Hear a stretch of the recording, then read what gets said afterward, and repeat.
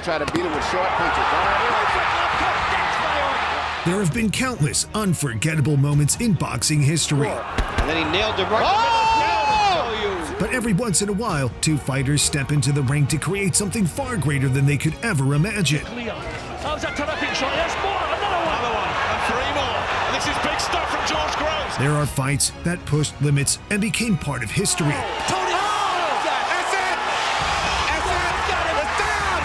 Leaving a lasting influence that continues to captivate audiences across generations. Joshua and Vladimir Klitschko took it, but Joshua's going for a big left hand. Here are some of the greatest boxing fights of all time.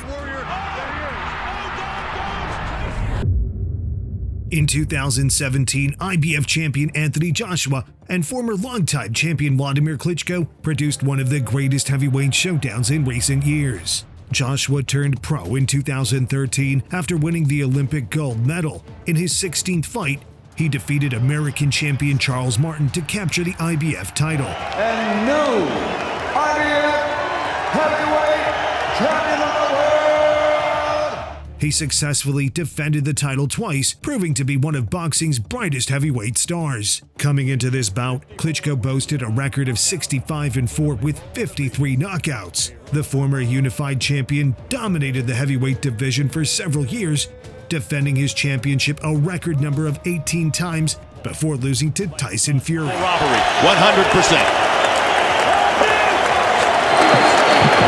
Although Klitschko was out of the ring for nearly 2 years, he was determined to reclaim his place at the top. Joshua, the vast experience. The bout started with the younger champion coming out looking for openings, but Klitschko kept him at bay with his lengthy jab. Who can cope better? Front sweatshot. He was also the battle of the jabs. But for many years, with these two, Klitschko. Good right hand Right from Klitschko and another Dylan White.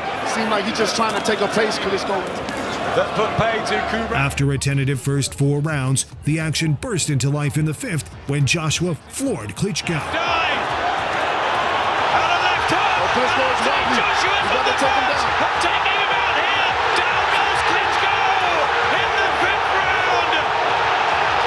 And rather similar to the Lamont Brewster fight! Danger of falling apart! There's so much time in The former champion did not stay down. Klitschko came out stronger in the 6th round and returned the favor. not landing that one again. But here it comes! From Vladimir Klitschko, and Joshua is down now! The count's at 5. Will he make it up? It was a heavier fall than Klitschko's. 40 left in the 6th. Joshua survived the first knockdown of his career. After a more cautious few rounds, Joshua once again found success in the 11th round and put Klitschko down for the 2nd time. It's all right saying it, but it's another thing doing it. If you feel it's Joshua and Vladimir Klitschko took it, but Joshua's going for a big left hand, and down goes the giant Ukrainian in the same round that he lost his unbeaten record to Ross Purity. And can he get through it? A minute and a half left. Klitschko bravely got up, but the knockdown marked the beginning of the end. And Klitschko is somehow trying to survive, but Anthony Joshua topples him again. Unbelievable! Scenes at Wembley. Klitschko just gets to his feet. Courage. But he's Joshua showed that he was a good finisher as he went after Klitschko and scored a knockout. This is great work from Joshua. what fitness, what heart from Klitschko. But the fight has been stopped. Lift off for AJ. A new chapter, a new era in this most glamorous. With the victory, Joshua added the vacant WBA title to his IBF belt to become the unified champion. It also marked the final professional fight of Klitschko's legendary career. In December 2010, Amir Khan and Marcus Maidana met for the WBA Super Lightweight Championship. Following Khan's devastating first-round loss against Bradis Prescott,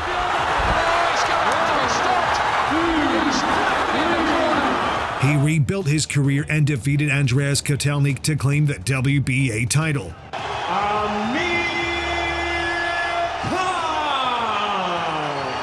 At 24, Khan had established himself as one of boxing's brightest young champions after making 2 successful title defenses. Meanwhile, the hard-hitting Maidana became the interim champion after a 6th-round knockout victory over Victor Ortiz. To the right hand and he won't stop throwing it. Ortiz is in big trouble and he goes down. He successfully defended the interim title before defeating DeMarcus Corley to secure his position as Khan's mandatory challenger. Coming into the bout, the challenger had won 29 of his 30 professional fights, with 27 of those wins coming by knockout, earning a reputation as one of the hardest punchers in boxing. Many questioned whether Khan's chin would hold up against Maidana's power. Remember, guys, I'm fair, but I'm firm. Touch him up. Good luck. But to everyone's surprise, Khan came out strong in the opening round and folded Maidana with a brutal body shot. Hand from Maidana. 3 good shots and Khan again is Maidana. How about this? 4, 5, 6, 7. Maidana somehow got up and made it out of the round, but Khan continued to control the action with his speed and accuracy. But those were horrific from his viewpoint. Khan goes there again.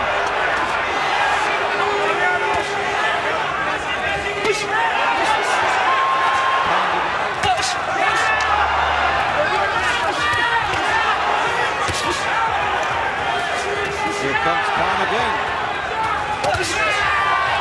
Maidana has managed to shake that off, but Khan comes Maidana. You see the height and reach of Stop, no, bring it. Stop. He's taking a point.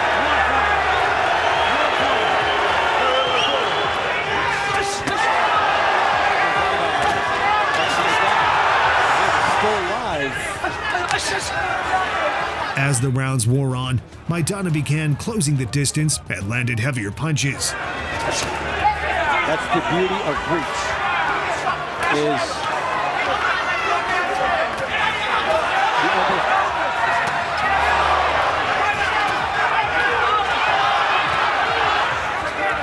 Here comes Maidana again. He's still alive.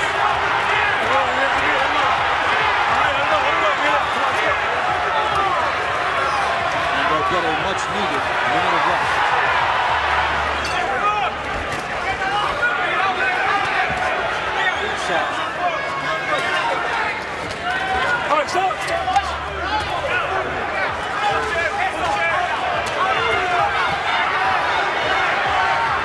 The fight reached its peak in a dramatic 10th round when Maidana stunned Khan with a hard right hand. It keeps guys under 20%.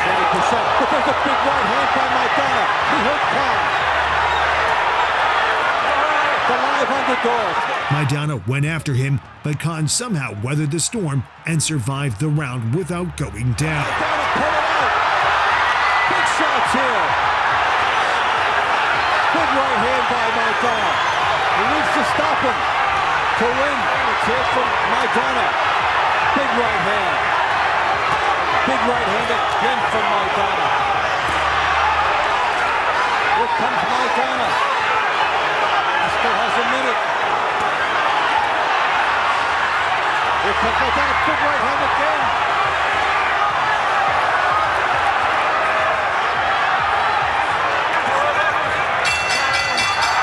Khan recovered quickly and came out strong in the last 2 rounds. Khan lured him into that trap. He puts it.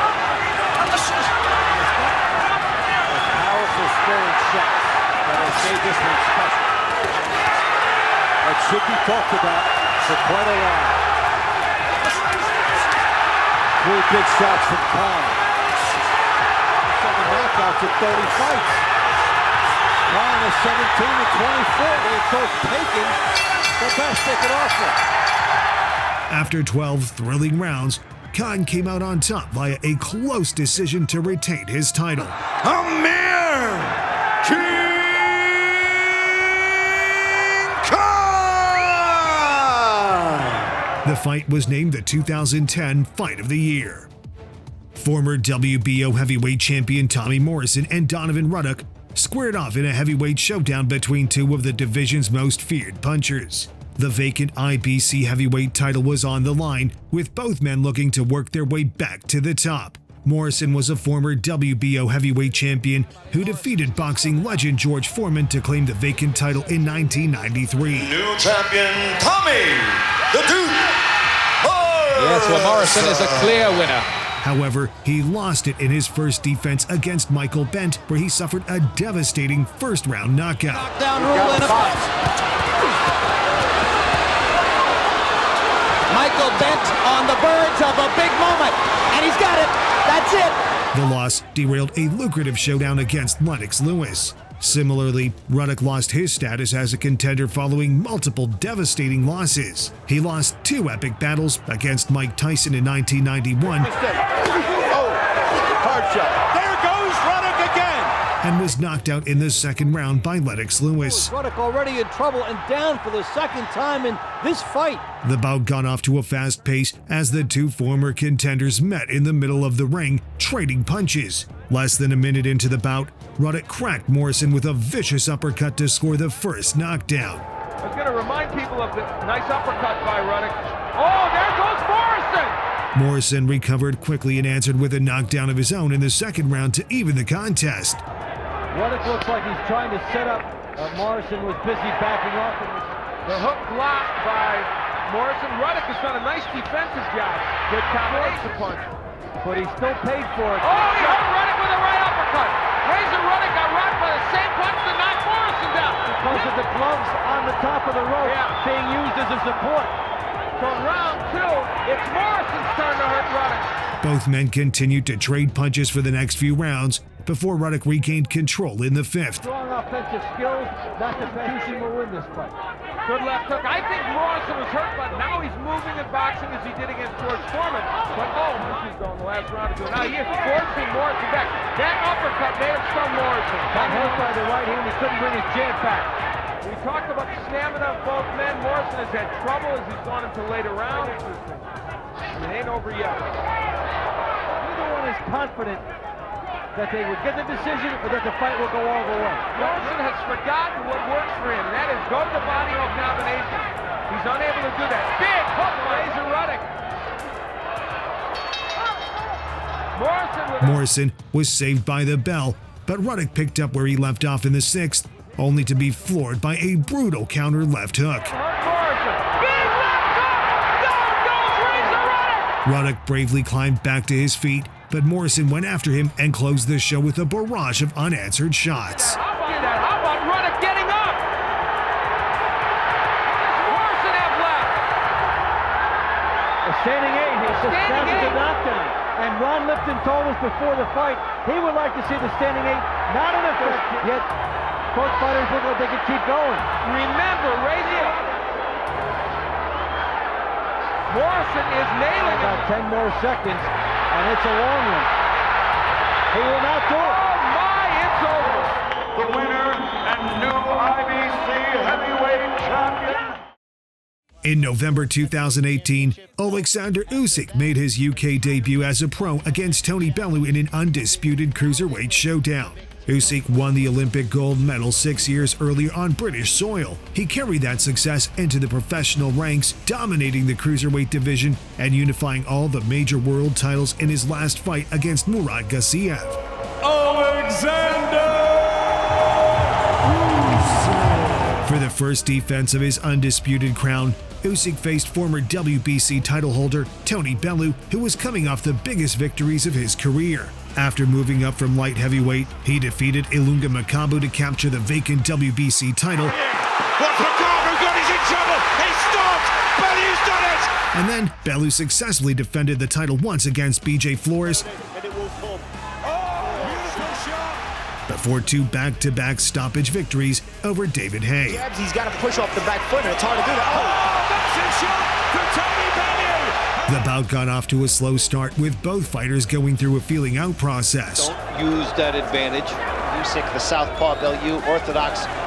It's going to Been shutouts, even though he's accumulation, and with what I call the frustration, slaps you on the chin and snaps the chest. wait a minute. Not happy with the lack of activity. Bellew stepped on the gas in the second round and began landing clean shots. Although Usyk responded with occasional combinations of his own, it was Bellew who controlled the action in the early going. The thing about Usyk, it's also tremendous hand speed for a guy this big. His arm way out. To get through that, you might have to knock it away to try to get inside, and that act may open you up. It was a good, sneaky, straight right hand by Bellew. He's talking to him, Dave. Usyk goes right back to the jab. And very confident stuff here from Bellew in round 2. Digging in, giving Usyk a lot to think about, coming at him from his opponents in the third and fourth fights. Because Bellew knows I'm crazier than smart thing for him. Oh, he's an abstract painter. He'll move in ways because he trains in ways that are just different.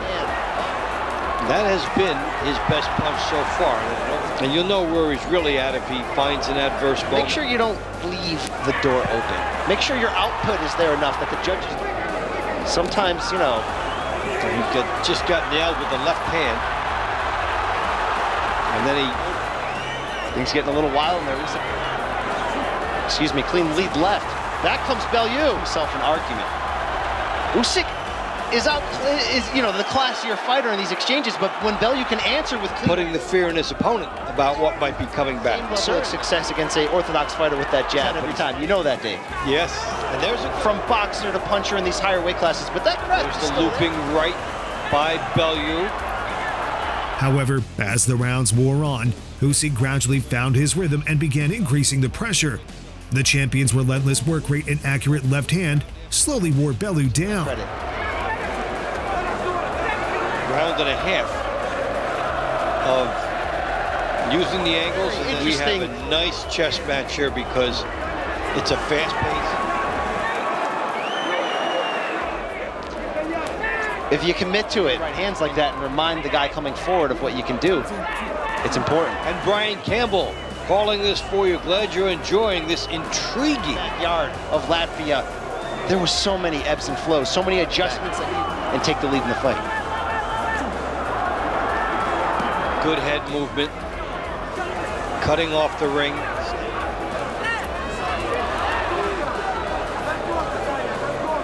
Foot right back on the pedal. Coming into the 8th round, Bellew had done enough to be ahead on 2 of the judges' cards, while the third scored the fight even. But the scorecards were not needed as Usyk sent Bellew crashing down and unable to continue. And then drag that left hand back behind him and score. And then he nailed him right in the middle. Down he goes with the left hand. We saw Usyk building up, and it's over just like that. Double kebab! This fight marked the end of an illustrious career for Bellew, while Usyk moved up to the heavyweight division and became an undisputed champion.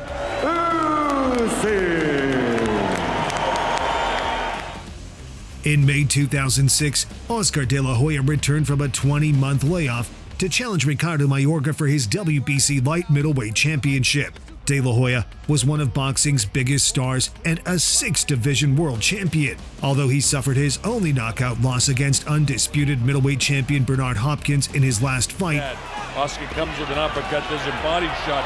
Oh, he really whacked him with that left hook. He remained one of the sport's elite. The build-up to the fight was intense, fueled by months of trash talking from the notorious Mayorga.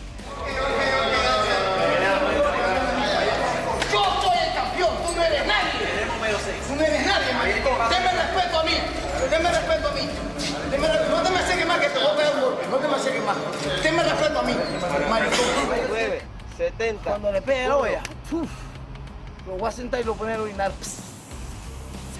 Mayorga, a former unified champion at the welterweight division, became the super middleweight champion after beating Michel Picorillo for the vacant title. Ricardo El Matador Mayorga. On fight night, tensions between the two reached a boiling point as they both refused to touch gloves.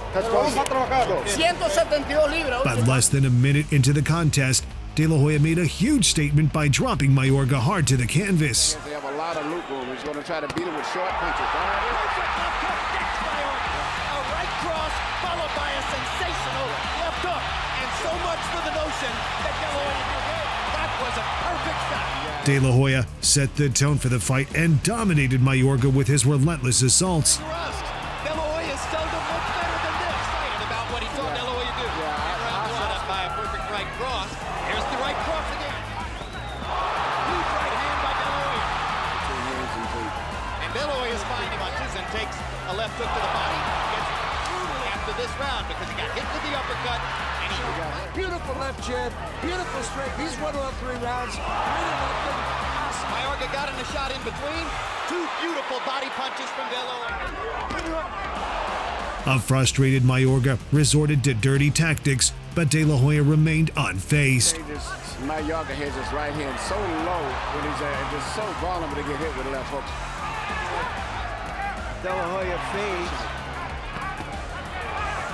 In retrospect, a lot of people say, well, Forrest is But it was not that super impressive. It was a very close decision. A lot of people not throwing as many punches as Floyd Mayweather Sr. would like to see her sitting still. But Oscar has not been landing. He punches here tonight that we haven't seen from him. So far, he's provided a very clear answer to that question. In the 6th round, De La Hoya dropped Mayorga for the 2nd time. De La Hoya's forehead. De La Hoya with a 4-punch combination to the body. 2 quick shots upstairs. Down goes Mayorga again. Though Mayorga was able to beat the count, he was in bad shape. De La Hoya pounced on him immediately and hammered him with a barrage of punches to close the show. I was one of the many who did not think a knockout for De La Hoya was possible here. It's over. This fight is over. This victory marked De La Hoya's last world title fight, and it set up a super fight against Floyd Mayweather Jr. the following year. In this explosive matchup, WBC champion Julio Cesar Chavez faced IBF champion Melrick Taylor in a light welterweight unification bout. Chavez entered the fight with an unbeaten record of 68-0, including 56 knockouts, and was widely regarded as the best pound-for-pound fighter in the world. He captured the WBC light welterweight title by defeating Roger Mayweather, becoming a 3-division world champion.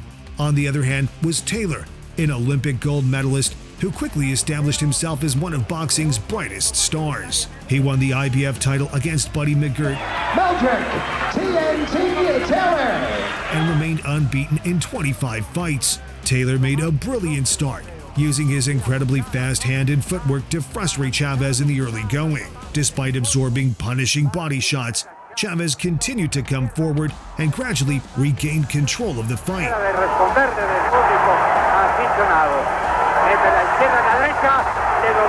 Por dentro con los disparos del segundo asalto. Con un uppercut con la izquierda y remató con un tiro derecho. Ya están en el último medio minuto de este 4º episodio. Recuerde usted que la pelea es a 12 rounds.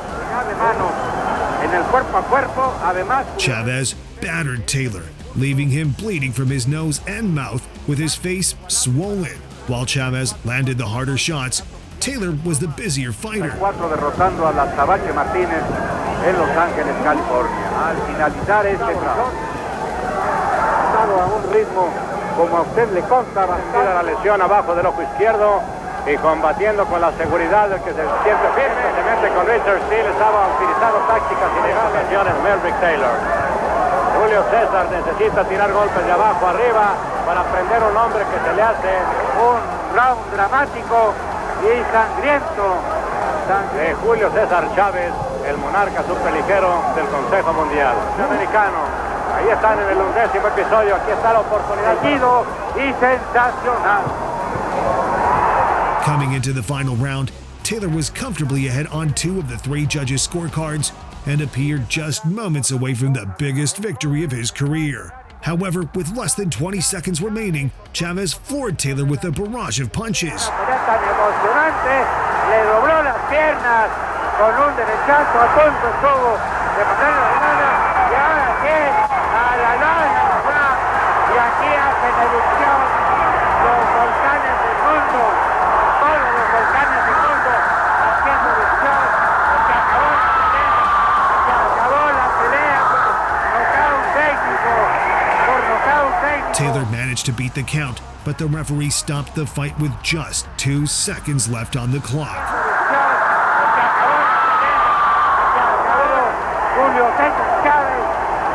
The stoppage was met with widespread criticism, prompting a rematch between the 2 men 4 years later. This time around, Chavez left no doubt as he won by a clear 8th-round knockout victory.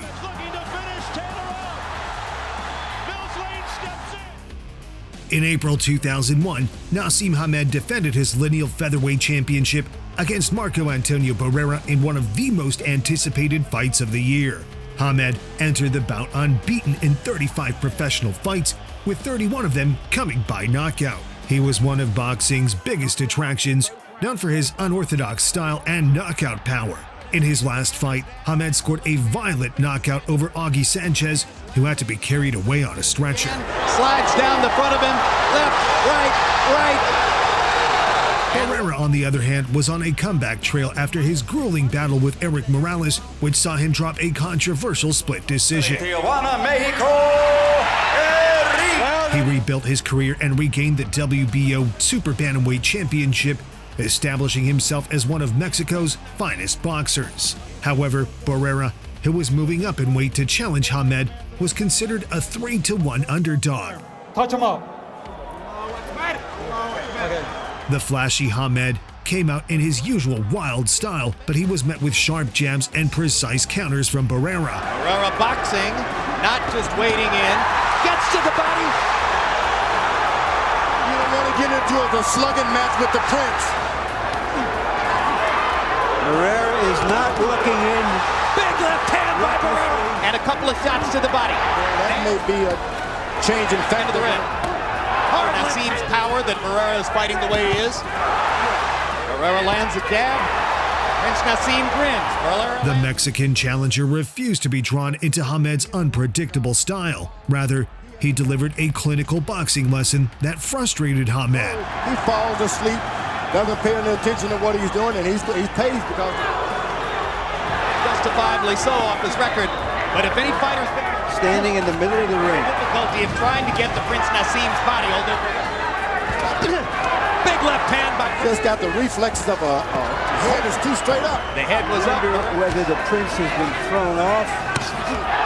By the middle rounds, both fighters were fully committed to their strategies. Hamed kept coming forward, looking to land power shots, while Barrera remained composed and consistently beat him to the punch. Now.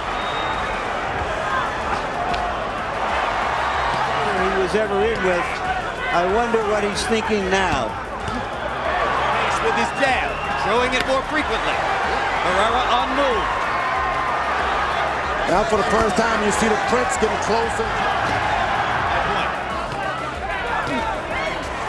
As stalking and trying to land that left hook. Knockdown.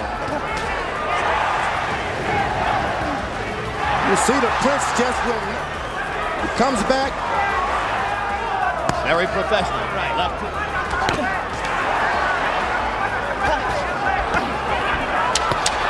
Big left hook by Barrera. He's thrown the left hand, but he hasn't thrown anything with it. The stretch.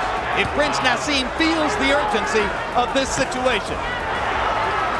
The combinations have been thrown by him as such. Well, see, even I don't think he's ever been hurt in a fight, but when he gets hit, his head seated and quiet.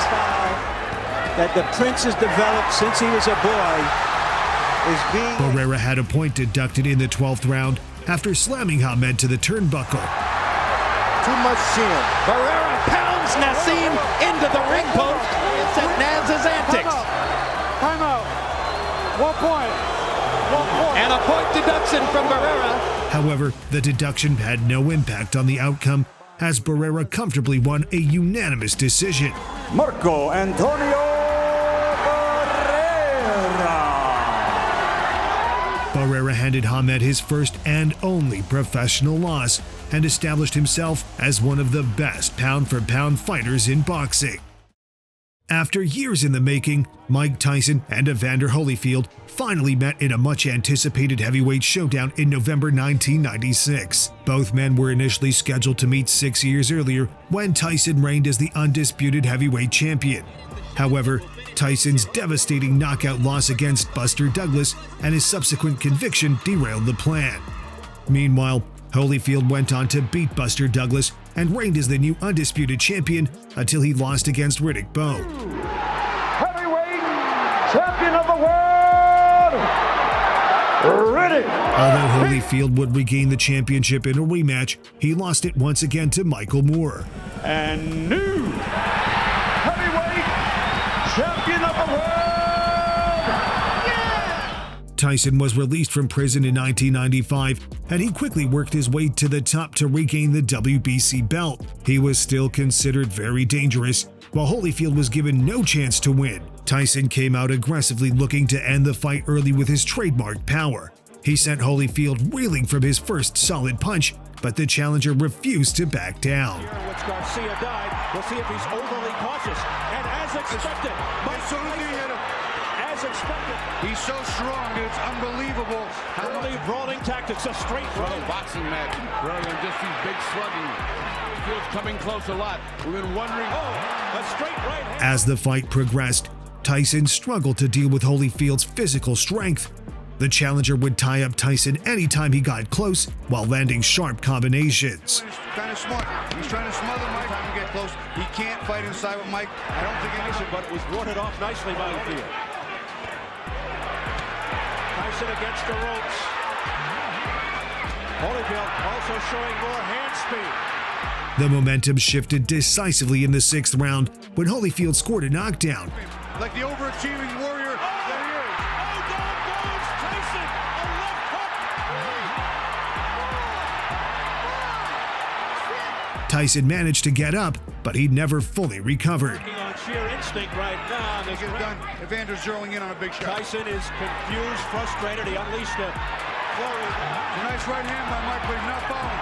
See him rolls with his right hand. There you see him again, trying. Can't really handicap. Oh, boom. Oh, straight right hand by Evander Holyfield. That's First real signs. Oh, a straight right combination. Hilton Road, now he's taking a shot. He's going for it. Tyson's in trouble. Holyfield smothers Tyson. Looking to put Tyson down and end the fight.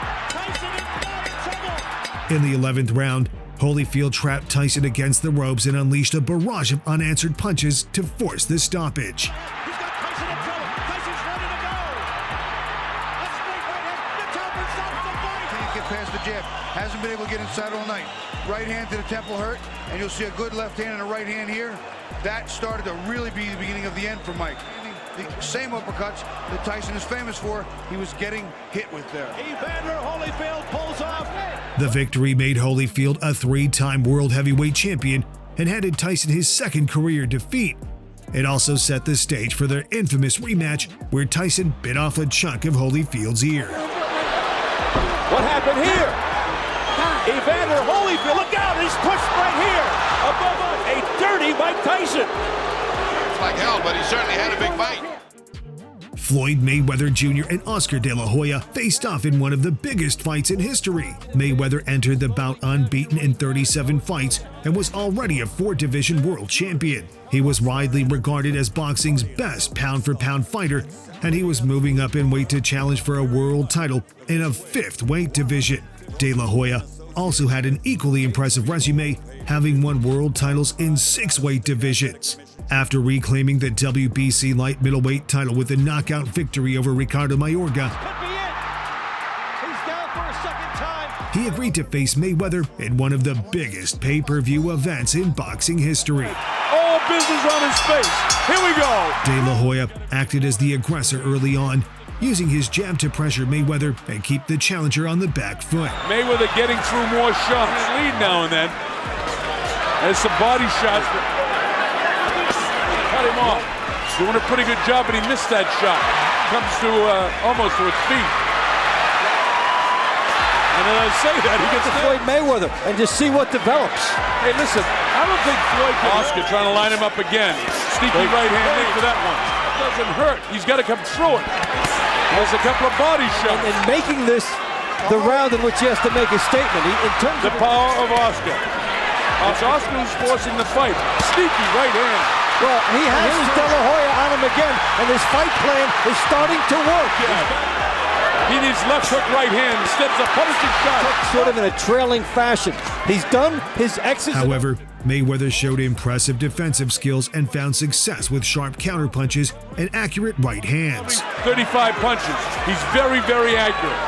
And round 3 will be the perfect example of the ring being cut off by De La Hoya. You'll see the left hook by Mayweather, then Oscar De La Hoya is on him. Now he lines up and Oscar backs up. Again, that punch is blocked. 9 may begin to take a toll. Here, when he throws the hook, De La Hoya cuts off the ring and comes back up. But he's in that position, folks, because he doesn't want this guy to run. He wants a very good round for Mayweather. Oh, he really rocked Oscar coming in. 2, 3, and 4 in the judges' score sheet. He's not getting this round. And good shots by De La Hoya. Doesn't even up the round. Right back comes Floyd. Maximized right there. Well, those body shots can fight to be taking any toll. Sometimes head up right now. Oscar De La Hoya got there first that time. Such magnificent shape. I think he's winning this 6th round. As the fight progressed, Mayweather gradually adjusted to De La Hoya's rhythm. The champion wanted to draw Mayweather into a brawl, but he was content to counterpunch. Having a good 7th round. Jab, jab, left hook or a straight right hand. But and that's partially blocked. 8th round, Floyd not doing enough now.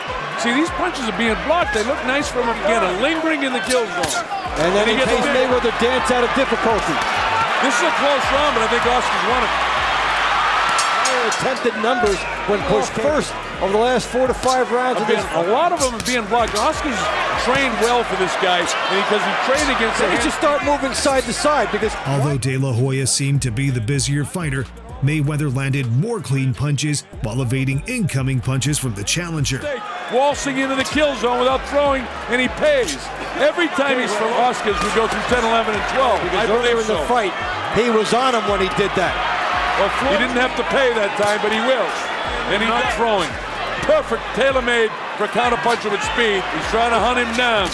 Makes the mistake again of entering the kill zone without clinic against the arguably the most. Set him up for the right hand. Bang! Over the ear. They're so sharp. See him countering him. Oscar trying to do what he can, but wide and countered. If he does not win this fight, Oscar De La Hoya will have to look back. De La Hoya pouring it on. Mayweather's been the better boxer and a good right hand. I got it a draw. What do you like it? How do you like it? How about that? And they want to still go at it. After 12 closely contested rounds, Mayweather earned a split decision to capture the WBC light middleweight title.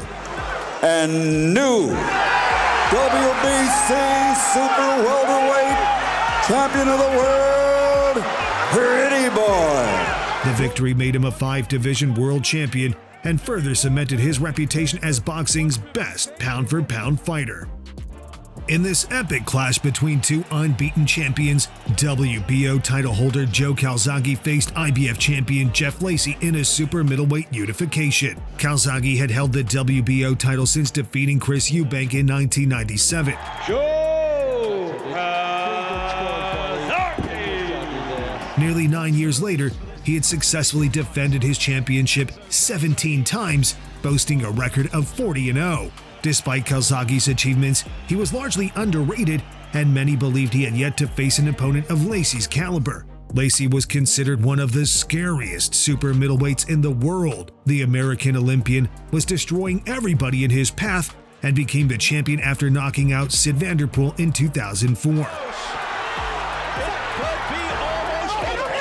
Lacy made 4 successful title defenses and entered the bout against Calzaghe as the huge favorite. Since Roy Jones against However, Calzaghe used his superior hand speed and footwork to control the fight early on. But you watch him when he starts to go to work. His way in and then content to Lacy so far. That's the danger punch. That shot Calzaghe. Just what you get from Calzaghe. Good headshots. That right hand is the one Calzaghe bangs well to the body. Calzaghe is staged, but it's a 12-round fight. Lacy kept coming forward, looking to land his trademark left hand, but Calzaghe repeatedly beat him to the punch and prevented him from establishing any momentum. Brilliant, quite brilliant combinations. Rocking back the head of Lacy.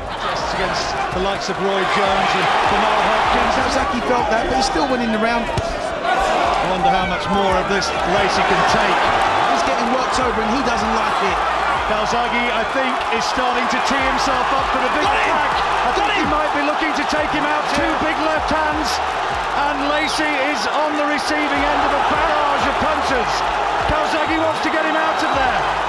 And the desperate man can often be hurt, but he can be dangerous and through. Can Calzaghe take him out, even at this late stage? He's going again. for him. Got him again. He looks like he might step in here, John. He's gone, John. He's absolutely gone.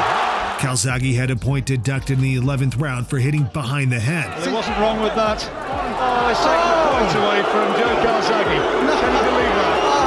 Being kind to Lacey. Hehowever, he returned to knock Lacey down for the first time in his career in the 12th round. Says, come on. He's put Lacey down for the first time in his career. There's 2 minutes left, and Calzaghe rains punches in again. We've seen some terrific fights on ITV, and this is right up there with any performance. Well, I can't remember a fighter being so dominant against such a dangerous opponent. Probably. Lacey comes forward to take yet more. Got him again. Beautiful shots. Quite outstanding. How on earth is Lacey staying up there? How is he staying up? They want him to call him out. Gary Shaw is shouting across to the corner, get him out of there. Well, that's it. It's all over. Lacey made it to the final bell, but there was no doubt about the outcome.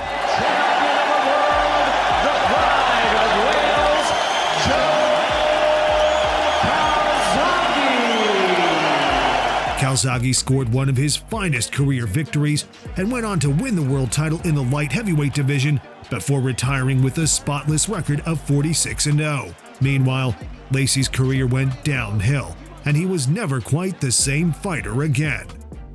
In June 2019, Anthony Joshua made another routine defense of his unified heavyweight titles against little-known Andy Ruiz Jr. With 6 successful title defenses, Joshua had become the face of the heavyweight division. He had a record of 22-0, with all but one of his victories coming by way of knockout. Ruiz was brought in as a late replacement after Joshua's original opponent, Jarrell Miller, failed multiple drug tests. Ruiz came into the bout with a record of 32-1, with his only loss coming against Joseph Parker for the vacant WBO title. Fighting out of the blue corner! Joshua had easily beaten Parker, so no one gave the flabby challenger a chance before the fight. Touch gloves now, man. You're boxing at the bell. God bless you both. From the outset, Joshua appeared to be in control of the fight. And boxes with fast hands. He saw the seconds of round 2. Then, less than a minute into the 3rd round, the unbeaten champion knocked Ruiz down. Ruiz mixes it up. Good uppercut and a hook. Puts Ruiz down. Wow, that was fast from Joshua. 6. It appeared as if Joshua was going to score another early victory when Ruiz got up and returned the favor moments later. Strafing right. Ruiz comes to fire back. Joshua's hurt. Oh, Joshua goes down. Andy Ruiz caught him with a sharp left hook. Joshua's hurt. 6, 7. Clear-eyed, looking to the eyes of Michael Griffin. The knockdown clearly hurt Joshua, who went down again before the end of the 3rd round. But Sergio, you thought this was a big chance, and now here comes Ruiz. Joshua is hurt. He's staggered, and he goes down again. That's a knockdown. Joshua's been down twice. 5. That was close. Although Joshua managed to survive, he never fully recovered. Ruiz continued to apply relentless pressure, stunning Joshua with his speed and fast combinations. In his athletic prime. And Brian, Vladimir Klitschko. I'll let you figure that out. I'll say it about Andy Ruiz as well. Ruiz, right hand style and win this fight. That's exactly what of Andy Ruiz becoming the heavyweight champion of the world, which Ruiz has been throwing, moves Joshua all the way back. And I said that earlier, Brian, before In the 7th round, Ruiz attacked again and put Joshua down for the 3rd time. The champ's in trouble, and down he goes. you don't want to exchange punches with a man with the faster hands, and that's why Anthony Joshua got in trouble right there. Joshua got up, but he was clearly in trouble. Once Ruiz smelled blood, he went for the kill and scored one of the most shocking upsets in recent years. Joshua with the hard jab. Trying to answer, but he's shaking. He's down again. Wow. Joshua looks gassed. Mouthpiece came flying out of his mouth. 6, 7, 8. Joshua looks so tired. I think he wants out. That's it. He says that's it. Andy Ruiz is the heavyweight champion. A stunning turn of events. The two would meet in an immediate rematch 6 months later, where Joshua avenged the loss and reclaimed his world titles. Joshua! In this highly anticipated matchup, former 3-division world champion Felix Trinidad returned from retirement to face former unified welterweight champion Ricardo Mayorga. Trinidad was one of the most accomplished fighters of his era. He became the IBF welterweight champion in 1993 with a second-round knockout victory over Maurice Blocker. It's almost over, and he is trying. Flipping left, and down goes Blocker. Trinidad remained a champion for nearly 10 years, winning world titles across 3 divisions. However, Trinidad suffered a devastating loss against Bernard Hopkins in 2001. Oh, huge right hand by Hopkins. Losing his championship and unbeaten record in the process. Trinidad also lost his motivation to fight and was out of the ring for more than 2 years. But after Mayorga's relentless trash talk in the build-up, Dile a tu mujer que te dé huevo en la mañana para que te pares a pelear conmigo. No te vayas a tirar como cuando te tiraste con Bernahoki, Prayo. Trinidad was eager to silence the outspoken former champion and prove that he was not finished. And because of all the pageantry, Mayorga came out aggressively, connecting with combinations and taunting Trinidad in the opening round. third right hand in a row. Left throw some often, just to change the pace. He wants you to know that he's knocking out, but Trinidad On his feet early. As we mentioned, he's been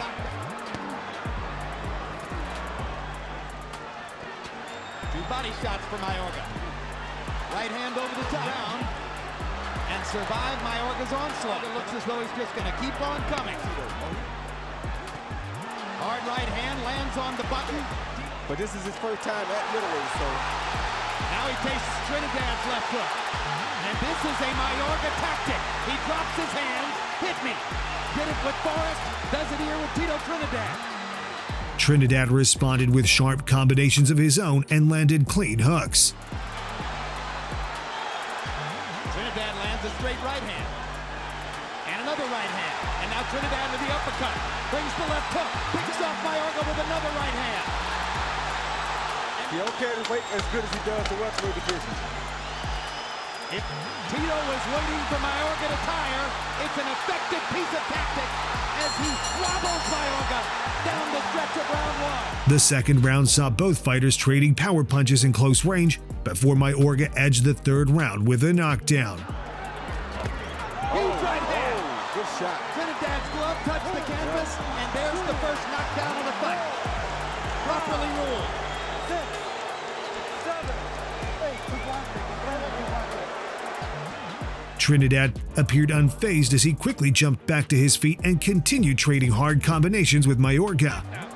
28-28 in rounds 2 rounds to 1 Felix Trinidad. I thought Trinidad in rounds 1 and 2 at the end of that long reach just like he's doing now and have it in. Felix's punches should get there first, but the big left hook lands for Mayorga. Give a left hook. Yeah, if Trinidad would just hit What his he body. attempted to do. Big uppercut by Trinidad. Boy, Mayorga's got a... As Trinidad has had over his career, he tends to become a headhunter. Mayorga does not like this weight either. He doesn't fight well. There's a body punch. and it hurt Mayorga I back. told you. And he comes back with an uppercut. But he's dead tired. He's dead tired. But he is game. To their lesser opponents in a hurry. This Trinidad now senses that Mayorga got one left-hand shot. Good left hook upstairs by Trinidad. Incredibly accurate. The accuracy with power punches is something amazing to behold. Huge left hook, and that he's taking more punishment than he wants. 10 seconds to go in the round as Trinidad corners his man and tries to finish. The grueling pace continued into the middle rounds, but Trinidad was getting the better of the exchanges, breaking Mayorga down with brutal combinations. It looks like almost he can't hold his right hand hot. That body shot got moved. Mayorga has never. He took a TKO in his pro debut, accumulated punishment. I don't know if it helped him or not. I don't think it helped his eye real, but Didn't hurt him. no, it didn't. And now Mayorga gets hit on the right side of the body again. He didn't get it. And it gives Trinidad a couple free shots. And rest assured, Mayorga's going to fire back at some point. And he does. You don't like these body shots. Then, in round 8, Trinidad put Mayorga down with a nasty body shot. Oh, good hook. Oh, what a big left hook. There he is. That could be the beginning of the end. That hurt real Mayorga bad. not throwing at all. Look at Mayorga. Oh, Weathering the storm again. Trinidad hits him flush with an uppercut. oh, that's what a it. body shot. That's What the a body brilliant shot. body shot. I told you the body shot would have done it a long time ago. Mayorga was able to beat the count, but the accumulation of punishing shots from Trinidad had taken its toll. He went down for the second time moments later. Part of Mayorga tries to unload the arsenal against Trinidad. Trinidad comes back. Mayorga's on the canvas a second time. Never on the canvas before, twice in this round. Then, with less than 30 seconds left in the round, Trinidad put him down for the third time, ending the fight for good. Another savage left hook by Trinidad. Mayorga goes down for the third time, and Steve Smoger is going to stop the fight. Very smart call. A sensational knockout. In round 8, Felix Trinidad blows the show, landing, are you ready? 39 out of 47 power shots. Manny Pacquiao was already a 7-division world champion and considered the pound-for-pound king when he faced Antonio Margarito. Pacquiao seemed too good for the lower divisions and continued to move up, taking on increasingly bigger challenges. Pacquiao had tried to fight Floyd Mayweather Jr. twice, but both attempts fell through, leading him to face Margarito instead for the WBC light middleweight belt. The dangerous Margarito was a 3-time welterweight champion who was significantly bigger than Pacquiao.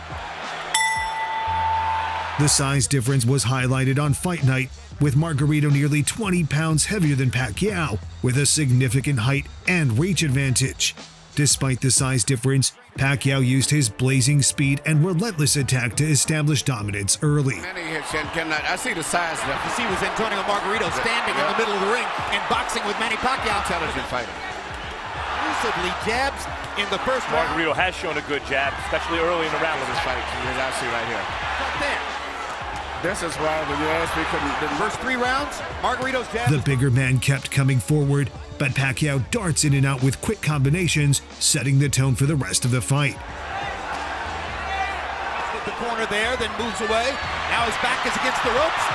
Margarito the action. Pacquiao hits him flush with a big left to hit him because the guy ain't there. You know, that's good. Pacquiao does it all the time. he's got to be, but I hope he's in great shape. I think you're looking at indeed. And Pacquiao's beginning to land. It's the first moment that Margarito actually made it look for a moment.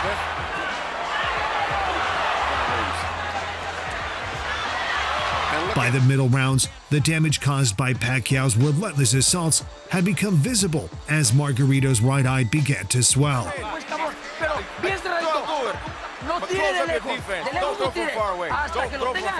But the tough Margarito kept coming forward despite absorbing a great deal of punishment. Against the ropes. This is Pacquiao's nightmare. Power, everything. Ring generalship here. Unbelievable. See it possibly go in a 12-round decision only because of Unanimous decision, and there'd be a lot of nervous moments. He's never stopped fighting his fight in spite of a fight. He may have it, but it's going to be a hard fight. Okay, but don't let him go away, Tony. The punch is a little better than a smaller guy, but a regular 140-pounder, I think Manny would have knocked out At this point. And as I said, that Pacquiao landed some great hooks. 15 pounds bigger than himself. Touching him up, beating him. Pacquiao said, leave it there. I want to use it as a target. That's a...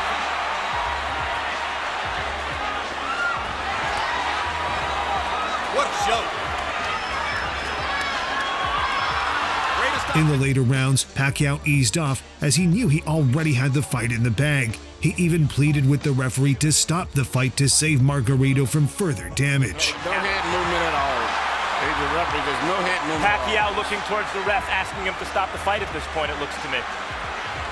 Landed a shot, looked towards Coles. He again looks at Cole. I think How much punishment do you want him to take? He's doing a good job, I think. It's like this, you can't stop it yet.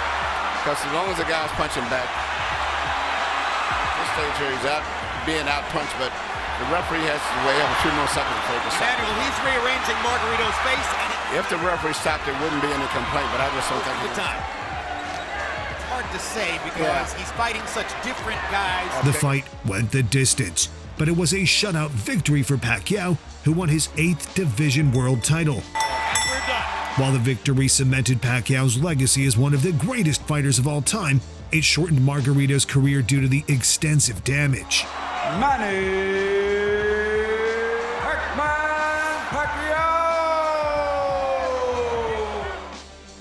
In November 2008, Joe Calzaghe defended his ring light heavyweight championship against Roy Jones Jr. Though both men were considered past their prime, the fight remained one of the most anticipated events of the year. Calzaghe entered the bout with a perfect record of 45-0. He spent almost his entire career in the super middleweight division and reigned as the champion for more than a decade. After his victory over Mikkel Kessler, Calzaghe moved up to the light heavyweight division and defeated Bernard Hopkins to capture the ring title. From Newbridge, Wales, still undefeated, and now recognized by Ring Magazine. Standing across the ring was Roy Jones Jr., a former 4-division world champion, widely regarded as one of the greatest fighters pound for pound in boxing history. But after back-to-back losses to Antonio Tarver and Glenn Johnson,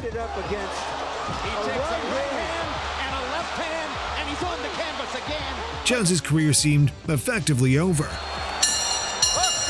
Jones, however, came out strong in the opening round and made an early statement by dropping Calzaghe to the canvas. The Jones is quicker in the center of the ring, and down goes Calzaghe. Just as he was down in the first round against Hopkins, he's down in the first round against Jones, and Jones makes his point. The Welshman quickly regained his composure and began using his speed and relentless work rate to outbox Jones.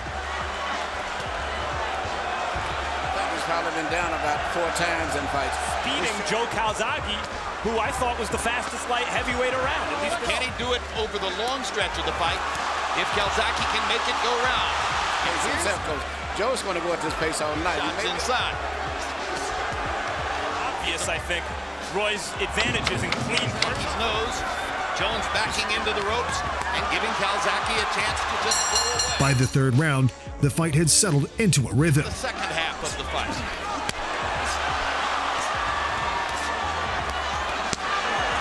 Good body shot by Calzaghe. Let Calzaghe unfazed. Goes at him with his hands held low. You know, Roy's punches are much more flashy and much more powerful. I don't know if he's ever fought anybody like it. It's difficult to just take punches from a tall guy like that. Calzaghe showboating in the center of the ring. What you do, boy, is just cover up, walk him down, and try to force Calzaghe to. Calzaghe taking Jones's punches much better and landing when he fires back. Watch the shoulder. I don't think either fighter has ever fought anyone with the speed. Calzaghe is trying to portray to the audience and to the judges that he has weathered the storm with Jones now. That he's not faced by what happened in round 1 and that he can swamp. Joe Calzaghe put on a performance. I mean, the guy is so good. Just outside of the first round, he's won, even though and fallen behind in the first and maybe the second round. Tasted Jones's power to such an extent that he won't be shocked. Roy's never experienced this, and I think that the fact that Joe can do this all night. He's kept building the tempo. And now he's attacking Jones with impunity in the corner. As he is now, with his guard down. The basic equation coming into the fight. A fighter who is 25 punches around against a fighter who customarily throws 35. Well, I would have to give Roy so far this round here the way it's going. Stand in front of him with his hands down when he can punch is beyond me. As That's his way of trying to make Calzaghe get tired. Calzaghe lands a big left hand, and at the beginning. And also Calzaghe's rhythm, his in and out rhythm. It's not that easy to time. Calzaghe dictated the pace with his high punch output and constant movement. Though Jones had moments of success, they were short-lived as he struggled to keep up with the champion's activity. Punches were sharp, clean punches. And solid left hand back against the ropes. Roy may be momentarily hurt. He's hurt. Constant assault. Again, his hands, and staring at Jones and watching the blood flow. Solid counter shots, and Calzaghe now is walking through them. Applying this kind of pressure, Tarver at the time was not I've ever seen him experience. They did not manage to do anything close to stopping the bleeding between rounds. Fights in this third fight, there was a kind of a concession on Roy's part. I don't see him conceding here. Right-hand side of the apron, and the cut is on the left-hand side. And I don't know why Ferguson doesn't get out of that ring. Bottom line is they have not been effective in stopping the bleeding. Well, I don't know. Maybe Calzaghe would have beaten Roy at his best. After all, we just saw. And I'll beat you anyway. Very sporting of him, Jim. Don't hold, let go. Impossible to tell what he's saying, but he's talking to Calzaghe the whole time. Probably there's enough blood for this to be the St. Valentine's Day massacre. Roy's going to have to do the upending if he hopes to win. So far, maybe he's enhances his respect from the fans still. Yeah, but what would enhance it even more, I think, is if in this last 45 stretch. Just fight, Jones. You've made your point. Jones takes one last home run swing. Just could be farewell. After 12 rounds, Calzaghe earned a comfortable decision victory to remain unbeaten and retain his title. Still, light heavyweight champion of the world. This victory marked the end of Calzaghe's legendary career as he retired with a perfect record of 46-0, while Jones continued fighting for several more years. James Toney and Vasily Zhirov engaged in one of the most unforgettable clashes in cruiserweight history. Zhirov came into the bout with a perfect record of 31-0, with 27 of the victories coming by way of knockout. The Olympic gold medalist solidified his reputation as one of the best cruiserweights in the world by defeating Arthur Williams to capture the IBF title in 1999. New IBF Cruiserweight Champion of the World, Vasily the Tiger Zhirov. On the other hand was Toney, a two-time former champion whose career had been inconsistent since losing his IBF super middleweight title to Roy Jones Jr. And new super middleweight champion of the world. However, after moving up to cruiserweight, Toney put together a series of impressive victories to earn another world title opportunity.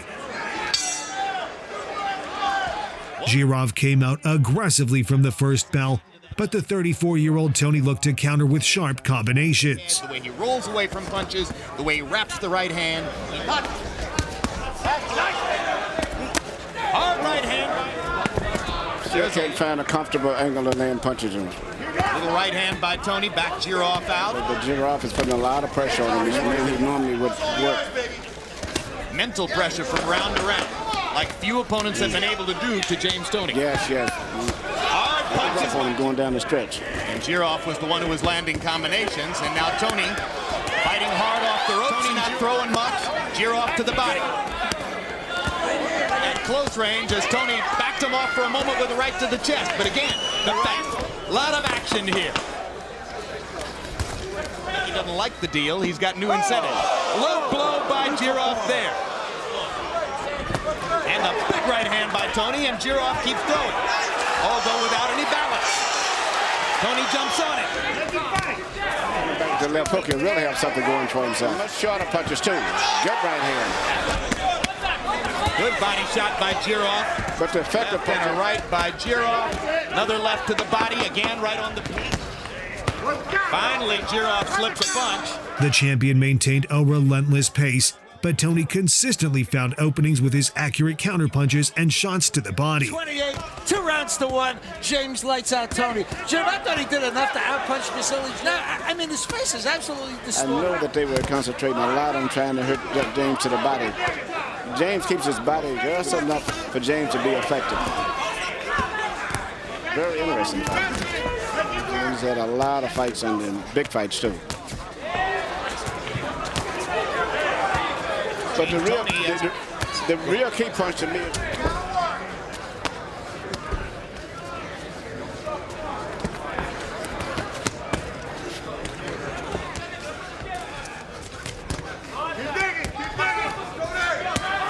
The last 2 rounds, getting to the center of the breadbasket. Body shots. Smoker's letting them go.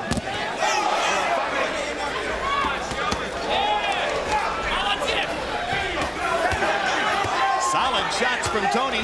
Chin fight, he comes straight forward, digging to the belly, taking shots upstairs. The action intensified in the middle rounds as both men stood in the pocket and exchanged hard punches. Halfway through. Okay, Jim, I got it also a very, very close fight. 57. Hey, Vasily's offense is his defense. Yes. Lest you think that Vasily Jirov stands saying, well, I didn't tell him about that. Yeah, but so far it seems like he's withstood all of it and got the best of every one of the exchanges at the tail end of it. Brilliant, tough, accurate counter-punching by Tony, who lands a big left hook upstairs to get to Tony's breadbasket.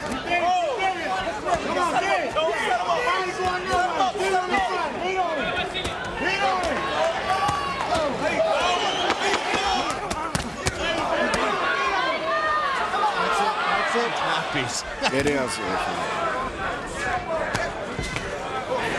Look at the quick hands release. And he's built the whole organization around his belief that James Toney is going to rise back to the big goose to the top.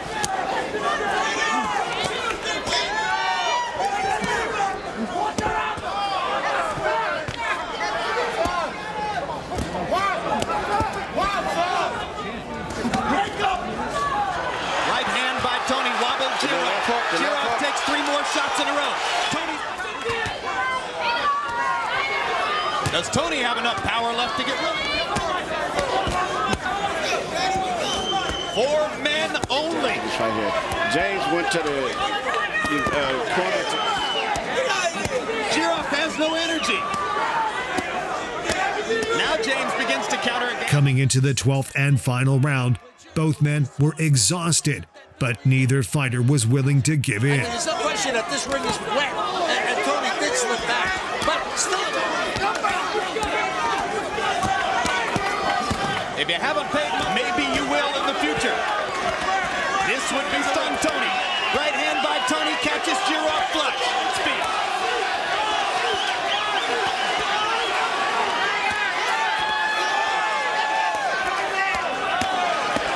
With less than 20 seconds into the fight, Tony put Jirov down with a powerful right hand. Oh my gosh!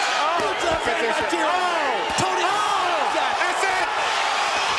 Got him down! Almost got him down! Jirov somehow managed to get back to his feet and heard the final bell, but it was Tony who won the fight by a unanimous decision, capturing the IBF Cruiserweight title. And new IBF Cruiserweight Champion of the World, James Lights Out Tony. The victory made Tony a 3-division champion and his first championship belt since losing to Jones nearly 10 years earlier.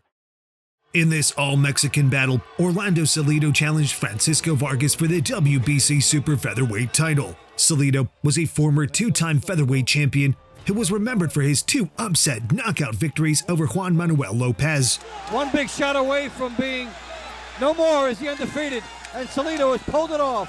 He was coming off a failed attempt to recapture the WBO belt. He lost to Roman Martinez. And the new WBO Junior Lightweight Champion of the World. On the other hand was Vargas, a 2008 Mexican Olympian who was unbeaten in 24 fights. He became the champion after dethroning the tough Takashi Miura in an epic battle. Possible round of the year brewing here. And Tony Weeks is going to stop it. And Vargas has an upset win. That was selected as the fight of the year in 2015. Both men were known brawlers, and fans expected nothing short of pure action. Ninguna circunstancias. Desde la mano, buena suerte a los dos. Que gane el mejor. After a cautious start, the action burst into life as both men threw punches with reckless abandon. Fights in 2015 for Salido against Mata, a draw. And I thought he won that fight Fighters also Sisudo Ramirez, the Mexican, with the fight coming up. Two fighters filling each other out of the first round. Francisco Vargas went to the 2008 Olympics. You could be like, okay, I'll watch this again. And right now, Bandido's coming out, gets caught with the left. He's going to get banged up, but that forehead is going to clash with his face. Of a Yaqui warrior, a fighter, a guerrero, they say in Spanish. Yaqui. But he came from nothing. Literally nothing. He had another fighter who had a steal to eat as they teamed up. Good. Why wait? Final seconds of the second round. This is time between Phoenix and Sonora, right across the Arizona border. Position that Salido has faced. No, but Vargas was put into the right fighters to his face. Upper from Vargas. Quick left, good right from Vargas. Answering back is... Vargas tried to fight behind his jab and control the action from a distance, but Salido forced him into a wall. He's not shy about hitting the waistband or even spraying low. Vargas answers back in kind, beautiful uppercuts, hooks, and crosses. And I'm just thinking to myself, dude, shut up with your BS cynicism and enjoy the fight. I'm trying to give it to you. Vargas is such a volume puncher, and he's so crafty with his punch selection, he cannot evade them all. When you do an interview with him, you don't know if he's happy, if he's sad, he's just stoic, like right there. The Olympics with him in 2000, who actually knows CD Salido because they're from the same area. Oh, this is fun. If you're a fight fan, you're getting your money's worth right now. Oh, big right from Salido. In nature. Continues on with Vargas. Salido was wrong. Oh, another uppercut from Vargas. He takes a big shot from Bandido Vargas. In the corner is Salido. Overhand right. Another one from Vargas. Vargas is trying to unload here. And Salido is right there with him. Taking the shot, absorbing it. Vargas up 4 rounds to 2. You see him take the fight to the rugged veteran. And that's winning them over. I think maybe there were some guys who came in here chanting Salido, Salido, that are now chanting Bandido, Bandido. By the middle rounds, the fight had turned into a bloody affair, with neither man willing to let up. Fighter, you turn pro at 15, 16 years old. It was a There's been 12 rounds of action compressed into the last 7 rounds. Shot from Salido, overhand right from Salido. The Yaqui Indian coming on strong. Oh, big right. Yeah, with 30 seconds left. Serious Salido coming off a strong round. Doug, how do you have it going into this one? I've got it even. Serious Salido. Not much to him because we didn't expect to be this good. I would agree with that. You didn't need to hype it. You didn't need to sell it. I don't know. I guess Vargas is coming out. Vargas took that. More punches, heavier punches. Salido will rock the bit here in the 10th round. As the slugfest continued, the impact of the punches was visibly taking its toll, leaving both men heavily swollen. There was some concern or questions that maybe at the age of 35, would Salido get old overnight in the ring? Which is an interim version of it. He wants that green belt. This is where you got to get that warrior spirit, dig in and go. Both guys have taken so much punishment, not just to the head. I agree with you about 99.9% of the time. Vargas trying to keep Salido close, not going to let him try to extend his hand. Left from Salido.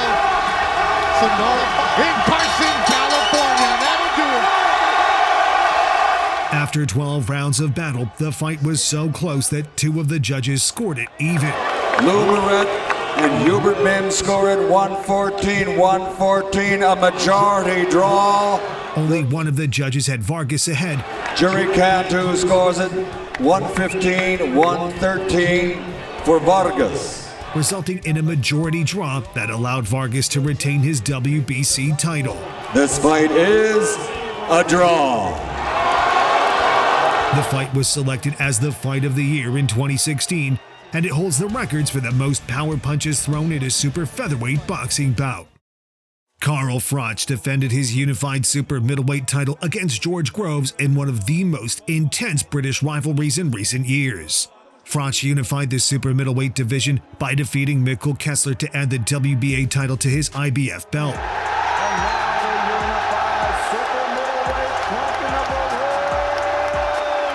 As a seasoned veteran, Froch was considered one of the best fighters pound for pound with a solid resume. Groves, on the other hand, was an upcoming contender who became the mandatory challenger after knocking out Noé Gonzalez Alcoba in his last fight. Terry O'Connor looks closely. Is he ready to go? No, he isn't. He's stopped. He's all over. Groves has a big win. Though Groves was unbeaten in 19 fights, he had never faced anyone on the level of Froch. The buildup was intense as both men traded words, with Groves promising to take the fight to Froch. Groves even more impressed now. True to his words, Groves came strong and dropped Froch in the opening round. Struggling with the range and George Groves, timing perfect. Froch on the floor. What a shock.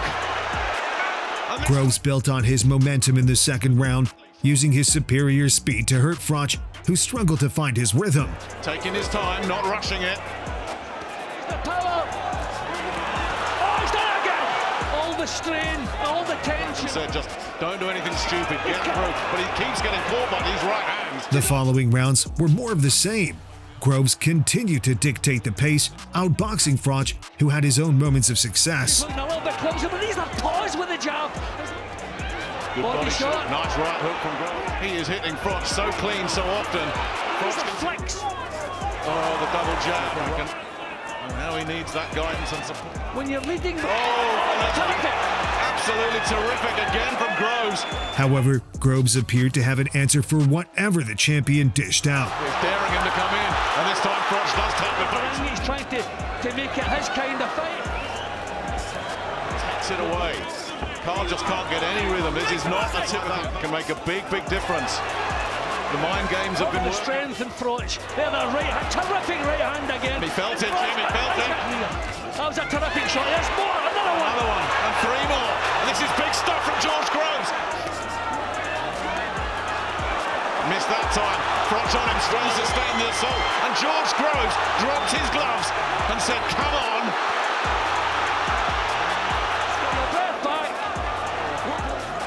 The things are getting so relaxed, just picking his times, doing it. All credit to George Groves for that. Froch is standing. But how much more of this? Getting the body Coming into the 8th round, Groves was leading comfortably on the cards. However, Froch began to find his mark with more precision, breaking Groves down with his relentless pressure. Far behind, you would think. There he is again, and he's shaking him up again, and Groves is in a bit of trouble now. And very quick to tie him up, but Froch getting free, and Froch starting to... Well, this is another round at the moment, it seems. Sends the spray in, but then look at the response from Froch, and more in round 8. Groves tags him again with one of those right hands over the top. Times when Groves is actually out for this round, which was close.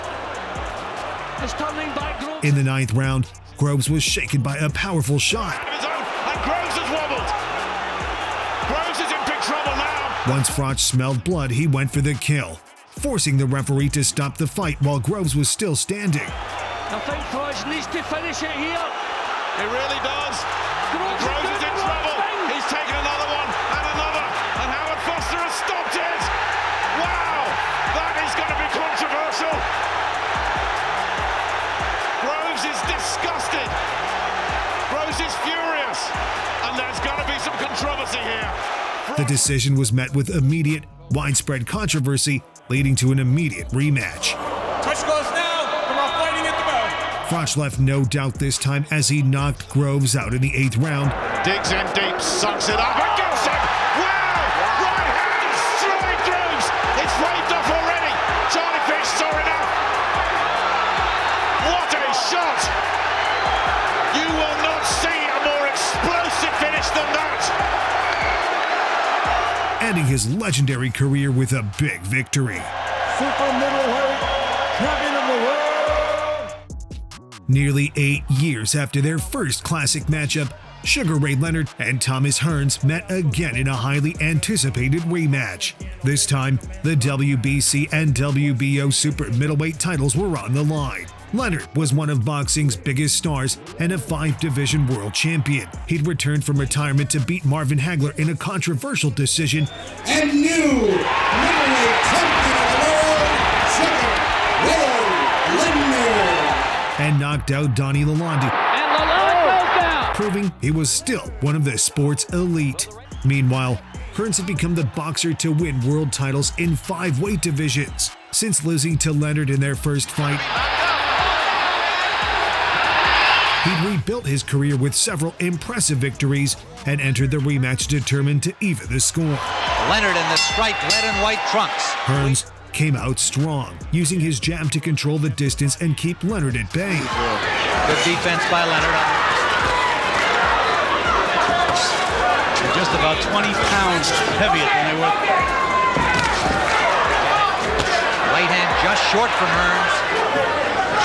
Leonard's having trouble getting by. In the third round, Hearns stunned Leonard with a crushing right hand that dropped him to the canvas. Well, he may be aiming for a big right hand. Right to the jaw of Leonard. Leonard took it, but it was a big shot. And another one sent him down. The right hand of the ear of Leonard. That staggered Leonard. A desperate Leonard fought his way back into the fight, pressing the action in the middle rounds. As long as they stay at long range. He said he wasn't motivated against Kitchen. He looks like a different fighter. There's that overhand right. Tommy should fight him, and that's the way to fight him. Leonard knows he got short right landed by Hearns. Now bangs to the arm. That overhand right. He's seen it frequently. Do you notice how slow Leonard's jab is coming out? Right hand by Hearns landed, and a left hook drops Hearns. Well, you know right Another now. right hand on the chin. Right hand back, but he's reluctant to tie up Leonard. Leonard's using a lot of energy, Tim. Hearns just covering up. Right hand landed again by Leonard. He's not out of it yet. No, he's not. Here's solid punches by Leonard. Leonard to the body. They're trying to figure out a plan, and so Leonard's going to. The momentum shifted back and forth as both men landed clean shots, with neither fighter able to establish complete control over the other. Leonard trying to block punches, but Hearns driving him along the ropes. A combination. May have him in some trouble. Hard to tell right but now. But he's missing. Crowd came to its feet, but he did not score heavily. Left and a right from Leonard. Losing him now. Look how Leonard's able to get the full range fighter and throw that right hand. He's got his head up. That's what I said what Tommy does. To the body and connect. Vicious body punches by Sugar Ray. Double hook to the body, the hook to the head. But this is where you give Ray that time. Right hand landed. Long way. I don't know why he waits so long, but I think that's what Manny Stewart's talking about. Looking to land that one big punch, and he's been looking from the opening bell. Short right scored by Leonard, and a left and a right. He's not pumping that jab anymore. In the Hearns legs, Daniel Stewart saying to Hearns, you've got to fight. I don't know what he's waiting for. If he's not doing anything else, he should be pumping that jab. Insignificant, no damage there, no serious problem. Short right inside. The fight reached another turning point in the 11th round when Hearns floored Leonard for the second time. Hearns, Leonard 2. There's a right by Hearns. Big right hand by Tommy Hearns. Another one. And a left. Down goes Leonard with a combination from Hearns. Leonard looks hurt, gets up, but he is hurting. Then, in the final round, Leonard had Hearns in trouble and looked to finish the fight, almost like a replay of the first fight. The way Hearns is... Right hand by Leonard. Hearns is waiting to get back in. Another right hand, backing Leonard into Hearns into the rope. Right Leonard. Gotta fight. Bob, you know that. Oh yeah, that's what I'm saying. Here he goes. Come on, Tasmania. But Tommy's right on the ropes now where he shouldn't be. Left hook landed by Leonard. And Tommy has nothing left. Leonard is trying to put his hand have to away. watch the clock now, Tim. Tommy has nothing left. Right hand by Leonard and Hearns in difficulty along the ropes. Another combination. Punching back, but he's wide open. Leonard, under a minute to go. Wild right hand by Leonard. Landed on the back of Hearns. Hearns wobbly-legged, but holding on. And look at Ray Leonard trying to walk in. That's where Tommy gets in trouble. He's throwing it once so he can flourish. He's got to punch back. Leonard giving it everything and is on its feet. What a war! However, Hearns survived, and after 12 closely contested rounds, the judges scored the bout a split decision. 112 112. This bout is a draw, ladies and gentlemen. In 1974, Muhammad Ali squared off against George Foreman in one of the most iconic fights in boxing history. Billed as Rumble in the Jungle, the bout was for the undisputed heavyweight championship. Ali was a former undisputed heavyweight champion who was stripped of his title and suspended for his refusal to be drafted into the military. He returned to the ring in 1970 and regained his place among the division's elite, following victories over Jerry Quarry, Floyd Patterson, Joe Frazier, and Ken Norton. However, at 32, many felt Ali was past his prime and was no match for the 25-year-old Foreman, who was a human wrecking machine. Foreman had a record of 40-0, with all but 3 of the wins coming by knockout. He entered the ring as the heavy favorite after his devastating performances against Frazier and Norton, 2 men who had both defeated Ali. The tremendous left hook. Ali surprised Foreman in the opening round as he came out dancing, landing quick combinations that caught the attention of the champion. Foreman moving slow, trying to drop that left hook.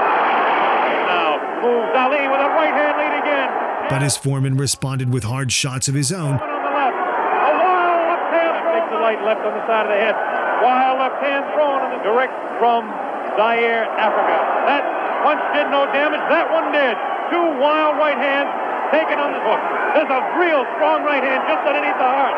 And Ali changed his tactics and spent much of the fight leaning against the ropes. backs up. About 45 seconds left and left. Foreman misses the right hand. Ali scores with his own right. Ali, of course, has protection around that area he was being hit by. This strategy, later known as rope-a-dope, frustrated Foreman as Ali easily caught him with clean counters to the face. Oh, great left hand taken on the face of George Foreman. Ali scored 3 in a row. Ali's face is not marked.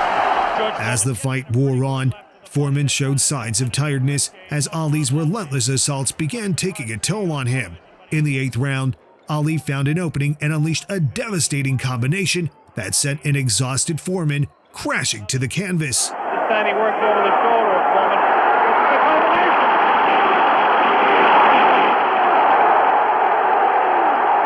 3, 4, 5, 6. Foreman gets up to the knee. 8. That's it. The fight is stopped. Muhammad Ali. A dramatic. This victory made Ali a 2-time undisputed champion and represents one of the most incredible comebacks in boxing history. After giving boxing fans 2 instant classics, Arturo Gatti and Mickey Ward met for the 3rd time in an epic trilogy. The rivalry between the two started 13 months earlier when they met for the first time on May 18, 2002. Both men threw caution to the wind during their first meeting and pounded away at each other. Ward claimed the victory in a bout that has been acclaimed as the fight of the century. The two met again 6 months later in another grueling battle of attrition where Gatti claimed the decision victory. So it was only natural that fans wanted to see a third meeting, and they got it on June 7th, 2003. Gatti came out fighting behind a sharp jab while using his incredible footwork to control the distance and the pace in the early going. Larry Merchant said you do one thing for 18 years and now you think Ward is living up to his pledge to try to move side to side. Ward blocking the right to the... And now Arturo Gatti, something to use as a beacon to help him beat the demons. At a certain distance, start punching more. Ward landed a little counter right hand, but it's mostly Gatti. Right hand flush.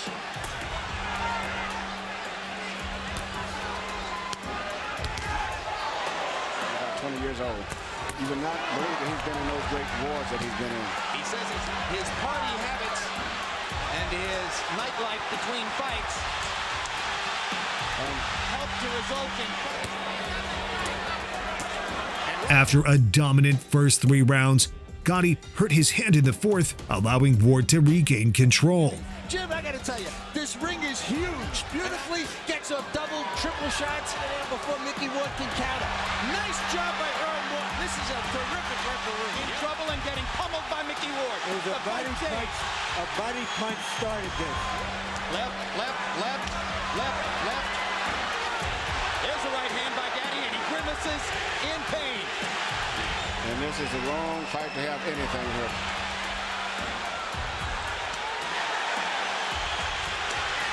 Gaddy coming back, using the left hand. Do it in boxing. The whole team is Gaddy. Arturo Gaddy showing great courage. 5 straight left hooks. 7 left hooks. He mixed in 1 right hand. How do you even let it go?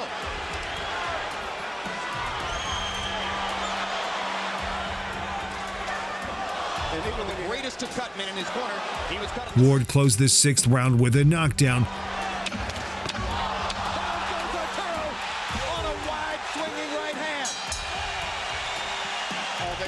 From balance. But Gotti was saved by the bell. The bell sounded and round 6 has come to a close. Then, in round 7, both men produced one of the most electric rounds in boxing, with each fighter taking turns landing power punches. Trading shots at the center of the ring. This is very good for Ward. Harold, how do you have it so far? 57-56. Foot 6 just made this fight winnable for Mickey Ward. And God damn it, you got to give him an extra break. This was a clean Gaddy with the right hand. Hurt him badly. And here comes Arturo trying to fight his way off the ring. There it is again. More chances to counter over it with the right. And he's taking advantage. So both fighters bleeding from the left eye. He's turning into the Red Sea. Look at Arturo firing.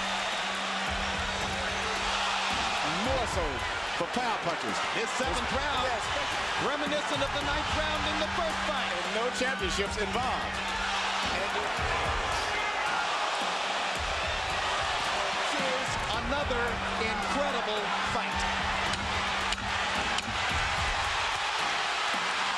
The two men continued to slug it out until the final bell. As Ward gets close to him, which he making it in a toe-to-toe exchange, where you have to have both hands. It's definitely the great toughness and resilience of these two fighters. Qualities that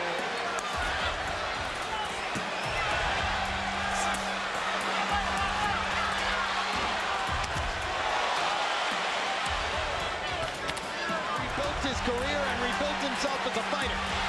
That after the adversity, Mickey Ward's going to unload the kitchen. Find out everything he's got left. Gaddy is back to go down against each other. Boardwalk call.